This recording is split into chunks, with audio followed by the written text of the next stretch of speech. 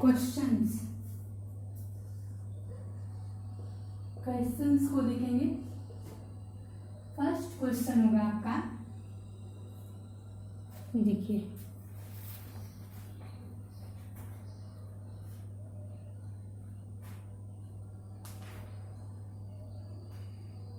आप लोग के पास फर्स्ट क्वेश्चन है, to masses of 1 kg each are separated by a distance of 1 meter. Find the force of gravitation between them. ठीक है, simple question है। दो मासेज है m1 m2 और m1 is equal to m2 is equal to 1 kg दिया हुआ है और दोनों के सेंटर के बीच का डिस्टेंस 1 मीटर दिया हुआ है। Simplest question. तो इसमें ग्रेविटेशनल फोर्स निकालनी है।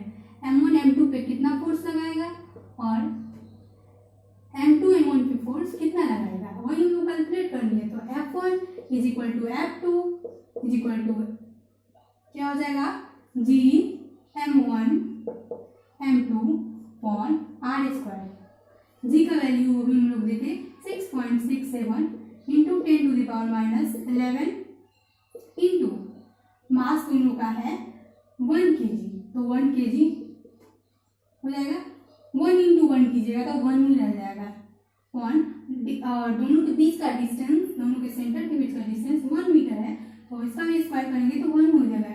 इसका मतलब जो फोर्स है वो ग्रेविटेशनल कांस्टेंट के इक्वल है, 6.67 इंटू 10⁻11 न्यूटन। और ये जो फोर्स है वो वेरी लेस है, क्योंकि ये देख रहे हैं आप लोग पावर -11, मतलब ये जो -11 नीचे जाएगा, डिनोमिनेटर में आएगा, कितना फोर्स स्मॉल है। ये इसका मीनिंग है, फोर्स बहुत स्मॉल लग रही है। दो मास है जिसका मास 1 kg है और दोनों के बीच के सेंटर का डिस्टेंस 1 मीटर है, उस पर फोर्स होगा इक्वल टू होगा ग्रेविटेशनल कांस्टेंट के, जो कि बहुत स्मॉल है। ठीक है, एक चीज और हम आप लोगों को इम्पोर्टेंट बताते हैं, वो नोट डाउन कर लीजिएगा। अभी बताएं, देखिए अभी बता देते हैं। देखिए फोर्सेस का रेंज, फोर्सेस के रेंज में सबसे वीकेस्ट फोर्स होता है ग्रेविटेशनल फोर्स। रेंज में सबसे वीकेस्ट फोर्स जो होता है ग्रेविटेशनल फोर्स ही है। ग्रेविटेशनल फोर्स ही है। जैसे पहले स्ट्रॉन्ग न्यूक्लियर फोर्स आता है। स्ट्रॉन्ग न्यूक्लियर फोर्स, जब स्ट्रेंथ का रेंज देखिएगा तो सबसे पहले स्ट्रॉन्ग न्यूक्लियर फोर्स आता है, उसके बाद इलेक्ट्रोमैग्नेटिक फोर्स आता है और उसके बाद आता है वीक फोर्स और उसके बाद सबसे लास्ट में आता है ग्रेविटेशनल फोर्स, जो कि देखिए वीक फोर्स, वीकेस्ट फोर्स में भी सबसे वीक है ग्रेविटेशनल फोर्स। समझ लीजिए ग्रेविटेशनल फोर्स, हम अभी तो देख रहे हैं कि मास दोनों का जितना ज़्यादा होगा वो ग्रेविटेशनल फोर्स में उसके बीच में ज़्यादा होगा, लेकिन जब रेंज देखा जाता है तो ग्रेविटेशनल फोर्स सबसे कम होता है, उसका magnitude compare to strong nuclear force, electromagnetic force and even weak force. ठीक है, तो ये इंपॉर्टेंट पॉइंट है, ऑब्जेक्टिव में पूछ देता है सबसे वीकेस्ट फोर्स कौन सा है, या रेंज भी पूछ देता है, या ग्रेविटेशनल फोर्स सबसे इक्वल है, या ग्रेविटेशनल फोर्स सबसे लेस है, ऐसा ऑप्शन देता है।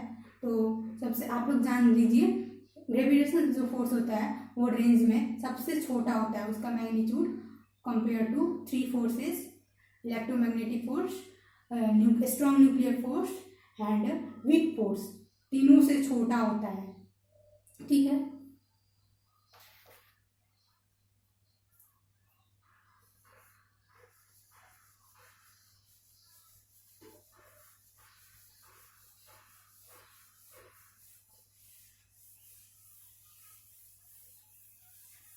और एक और इम्पॉर्टेंट पॉइंट, अगर ग्रेविटेशनल फोर्स ज़्यादा होगा तो इमेजिन कीजिए ग्रेविटेशनल फोर्स अगर ज़्यादा होता और फोर्सेस से, इलेक्ट्रोमैग्नेटिक फोर्स से भी वीक फोर्सेस से भी, स्ट्रॉन्ग न्यूक्लियर फोर्स से भी, तो हम लोग धरती पे ऐसे चिपके रहते। जब ग्रेविटेशनल फोर्स ज़्यादा होगा तो हम लोग ग्रेविटी की तरफ अट्रैक्ट करेंगे, और जब अट्रैक्ट करेंगे तो धरती पे हम लोग ऐसे चिपके हुए होते, अगर ग्रेविटेशनल फोर्स ज़्यादा होता तो इन नेचर। इसका यही कारण है ग्रेविटेशनल फोर्स सबसे लोएस्ट होता है, तभी हम लोग धरती पे अभी खड़े हैं। ठीक है, अब हम लोग देखेंगे और क्वेश्चन। देखिए, the mass of the earth is क्या केजी। देखिए, एक अर्थ, सेकंड क्वेश्चन है, अर्थ है, इसका मास है एम जो है 6 × 10⁻24 kg। ठीक है, और एक मून है जिसका मास है 7.4 × 10⁻22 kg। और दोनों के बीच का जो डिस्टेंस है वो है, जो दोनों के बीच के डिस्टेंस है वो है आपका 3.84 × 10⁵ kilometre. Calculate the force exerted by the earth on the moon. मतलब अर्थ मून पे कितना फोर्स लगाएगा वो कैलकुलेट करनी है। तो इजीएस्ट क्वेश्चन देखिए, किलोमीटर में इसका डिस्टेंस दिया हुआ है, तो इसको मीटर में कन्वर्ट कर लेंगे। r = 3.84 × 10⁵ + 3 8 metre. देन फोर्स का मैग्नीट्यूड निकाल लीजिए, F = G/m1m2/r²। तो g का वैल्यू 6.67 पुट कीजिए, m1m2 का वैल्यू तो गिवन है 6 × 10⁻24 × 7.4 × 10⁻22/r², यानी 3.84 × 3.84 × 10⁻16। देन इसको कैलकुलेट कर लीजिए, कहा जाएगा 6.67 × 7.4 डिवाइडेड बाई 3.84 × 3.84 × 10⁻24 और 22 कितना हो जाएगा आपका 4 to 6 और 2 to 4 माइनस 16 लास्ट में नीचे है तो माइनस में जाएगा। इसको और कैलकुलेट कर लीजिए, 6.67 × 7.4 × 3.84 × 3.84। ये इजीएस्ट वे होता है, ये जो डिजिट है उसको एक तरफ और जो 10⁻⁴ है उसको एक तरफ, और आ जाएगा आपका 604 - 13 इतना न्यूटन।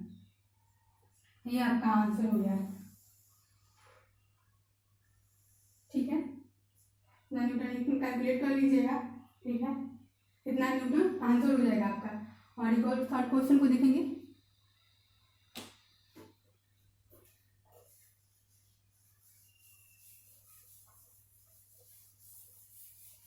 इतना फोर्स है जो कि अर्थ मून पे लगा रहा है, और मून को, जिसके कारण मून अर्थ के अराउंड रिवॉल्व कर रहा है। ठीक है, मून क्या है, सैटेलाइट है, किसका, अर्थ का।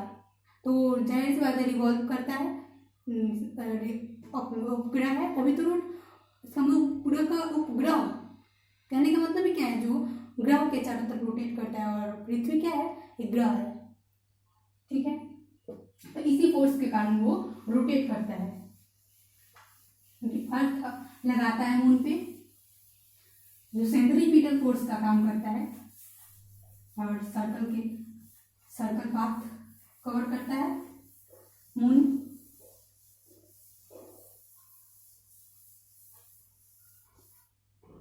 एक और क्वेश्चन देख लीजिए आप लोग।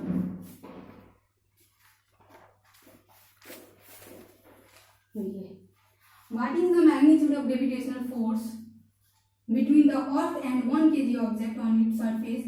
The mass of the Earth is 6 × 10⁻⁴ kg and radius of the Earth is इतना। देखिए, ये अर्थ हो गया, और अर्थ पे रखा हुआ है 1 kg का एक ऑब्जेक्ट, 1 kg का एक ऑब्जेक्ट रखा हुआ है, और अर्थ का रेडियस जो दिया हुआ है, रेडियस ऑफ अर्थ दिया हुआ है 4 इंटू 10⁻6 मीटर, ठीक है। और मास ऑफ फोर्स दिया हुआ है 6 इंटू 10⁻24 kg, ठीक है। और बॉडी का मास 1 kg है और कर है फोर्स कितना लगेगा, दोनों के बीच फोर्स को कैलकुलेट करनी है। तो फोर्स Gm1m2 अपॉन r²। तो r, अब r कैसे निकालेंगे, रेडियस ऑफ तो दिया हुआ है 6.4 इंटू 10⁻6, लेकिन इस दोनों के बीच का सेंटर का डिस्टेंस होता है r, तो इसको 1 kg है तो बहुत स्मॉल हो जाएगा अर्थ के कंपेयर टू। इस वजह से ये जो इतना बॉडीज का जो रेडियस हो जाएगा उसको हम लोग नेगलेक्ट कर देंगे अर्थ की रेडियस के कंपेयर। तो दोनों के बीच का डिस्टेंस यानी RE प्लस R वाली जो बॉडीज का रेडियस है ये इक्वल टू हो जाएगा RE। देन यहाँ पे हम लोग RE ही ले लेंगे, तो कैसे कैलकुलेट हो जाएगी 6.67 इंटू 10⁻11 और M1M2 6.6 इंटू 10⁻24 और M2 1 kg गिवन है, ठीक है। तो R का स्क्वायर यानी 6.4 इंटू 10⁻6 इंटू 6.4 इंटू 10⁻6, ठीक है। इतना आ गया, इतना कैलकुलेट कर लीजिए आप लोग। 6.67 into 6 upon 6.4 into 10⁻6 into 6.4 into 10⁻11 plus 24 minus 6 calculate कर लीजिए। अब क्या आ जाएगा is equal to 6.67 into 6 upon 6.4 into 6.4 into 10⁻24 minus 12 और 12 माइनस 11 10, इतना न्यूटन आ जाएगा आपका इंटू 10 न्यूटन। इतना न्यूटन का फोर्स अर्थ लगाएगी 1 kg ऑब्जेक्ट पर, ठीक है। और 1 kg ऑब्जेक्ट भी लगाएगा इतना ही फोर्स, वो भी अट्रैक्ट करेगा अर्थ को। लेकिन मास, अर्थ का जो मास है वो बहुत ज़्यादा है, इस वजह से अर्थ एक्सेलरेट नहीं करेगी, वो जैसा पहले अपने स्थान को मेंटेन रखेगी। यही रीजन होता है, जो अर्थ हम लोग को अट्रैक्ट करती है तो हम लोग अर्थ के टुवर्ड्स आ जाते हैं। जैसे कोई भी ऑब्जेक्ट को फेंकते हैं तो वो डायरेक्टली वो अर्थ पे गिर जाता है, लेकिन अर्थ को हम लोग अट्रैक्ट नहीं करते हैं, लेकिन अर्थ के मास के कारण वो एक्सेलरेशन उसमें प्रोड्यूस नहीं होता है और हम लोग में एक्सेलरेशन प्रोड्यूस हो जाता है। यही रीजन है, ठीक है। तो इतना न्यूटन फोर्स लगा रही है अर्थ 1 kg ऑब्जेक्ट पे। अभी हम लोग एप्लीकेशन देखेंगे, ग्रेविटेशनल फोर्स का एप्लीकेशन क्या है डेली लाइफ में।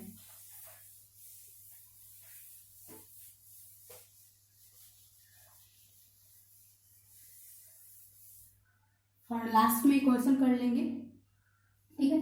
देखिए एप्लीकेशन क्या है ऑफ ग्रेविटेशनल फोर्स का। फर्स्ट एप्लीकेशन देखिए, जो हम लोग ट्रेजेक्टरी बॉडी को हम लोग फेंकते हैं ऊपर, तो वो पाथ कवर करता है, या वो पैराबोला हो या एलिप्स हो या हाइपरबोला हो या सर्कल हो, एक कोई कर्व पाथ वो फॉलो करता है। क्यों? Because the reason is gravitational force.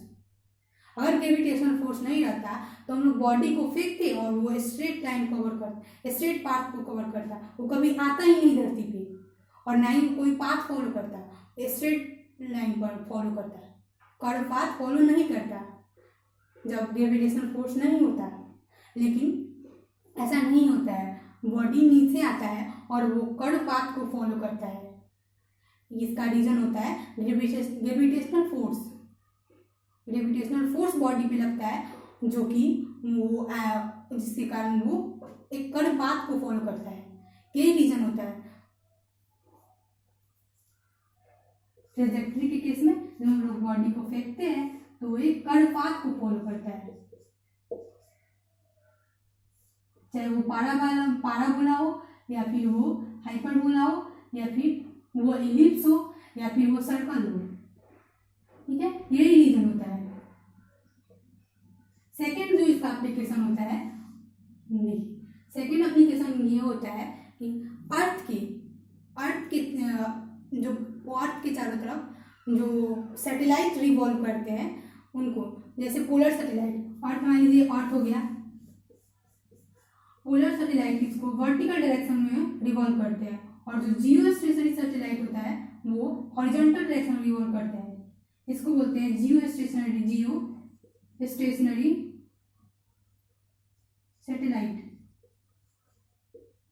और इसको बोलते हैं polar satellite.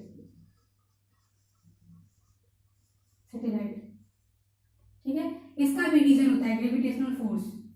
Gravitational force satellite पे लगती है और वो रिवॉल्व करती है अर्थ के चारों तरफ।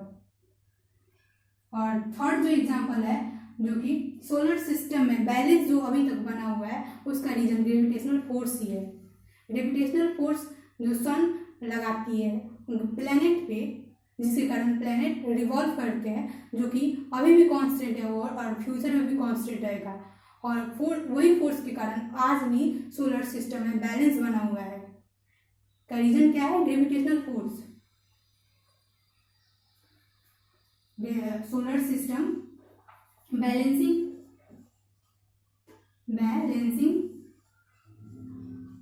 Of solar system.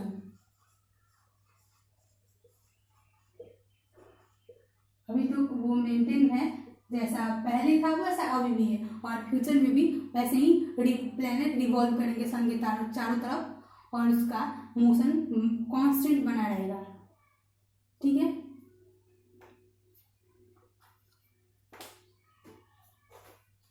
I hope आप लोग को एप्लीकेशन समझ में आ गया होगा। ये इंपॉर्टेंट था, समझना जरूरी है।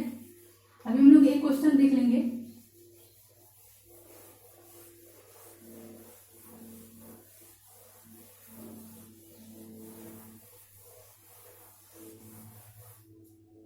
जैसे देखिए क्वेश्चन है,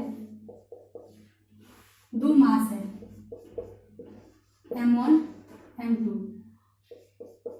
और दोनों के बीच सेंटर का डिस्टेंस है r। और यदि क्वेश्चन है आपसे r/2 कर दें, डिस्टेंस को आधा कर दें, तो फोर्स पे क्या इफेक्ट पड़ेगा। मान लीजिए जब डिस्टेंस r था तो फोर्स F लग रहा था, और जब डिस्टेंस r/2 हो गया तो फोर्स कितना हो जाएगा, यही हम लोग को निकालनी है। तो देखिए फर्स्ट केस में फोर्स क्या आएगा, Gm1 m2 अपॉन r²। और सेकेंड केस में जब उसका डिस्टेंस आधा कर दे रहा है तब फोर्स क्या हो जाएगा, F' मान लीजिए इसको Gm1 m2 अपॉन r/2 का स्क्वायर, यानी 2 का स्क्वायर 4 हो जाएगा, यानी 4Gm1 m2 अपॉन r², यानी F' है जो कि इक्वल है 4 इंटू F। यही तो F है। ठीक है, तो आपका रिजल्ट आ गया, जो न्यू फोर्स होगा वो 4 टाइम्स इनिशियल फोर्स के इक्वल होगा। ठीक है, ये आपका आंसर हो जाएगा 4। देखिए अब डिस्टेंस कम किए तो ये 4 गुना ज़्यादा हो गया फोर्स, सोचिए। ठीक है,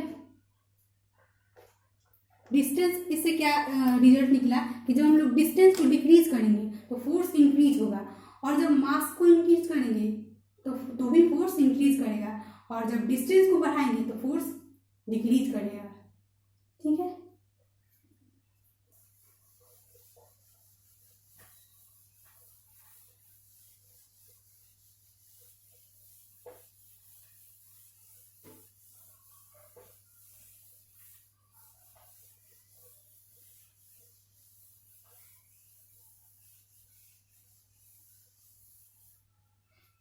अभी हम होमवर्क क्वेश्चन दे रहे हैं, आप लोग बनाइएगा और कमेंट में आंसर दीजिएगा। ठीक है,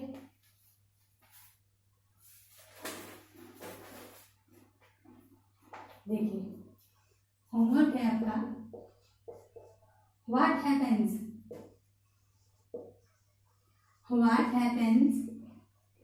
to the force between two objects if first देखिए the mass of one object is doubled, ठीक है। सेकेंड में है the distance between the objects is doubled and tripled,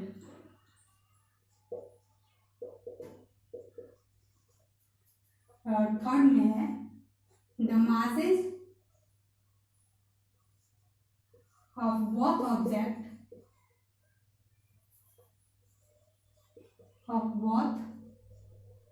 objects are doubled, ठीक है, डबल। ये तीनों का आंसर आप लोग कमेंट बॉक्स में दीजिएगा, आप लोग के लिए होमवर्क है, ठीक है, ट्राई कीजिएगा आप लोग, ठीक है। तो आज के लेक्चर में इतना ही फ्रेंड्स। नेक्स्ट लेक्चर में हम लोग एक्सेलरेशन ड्यू टू ग्रेविटी के बारे में देखेंगे और difference between small G and capital G. तो आज के लिए इतना ही फ्रेंड्स, नेक्स्ट लेक्चर में मिलेंगे हम लोग, और तब तक के लिए थैंक यू।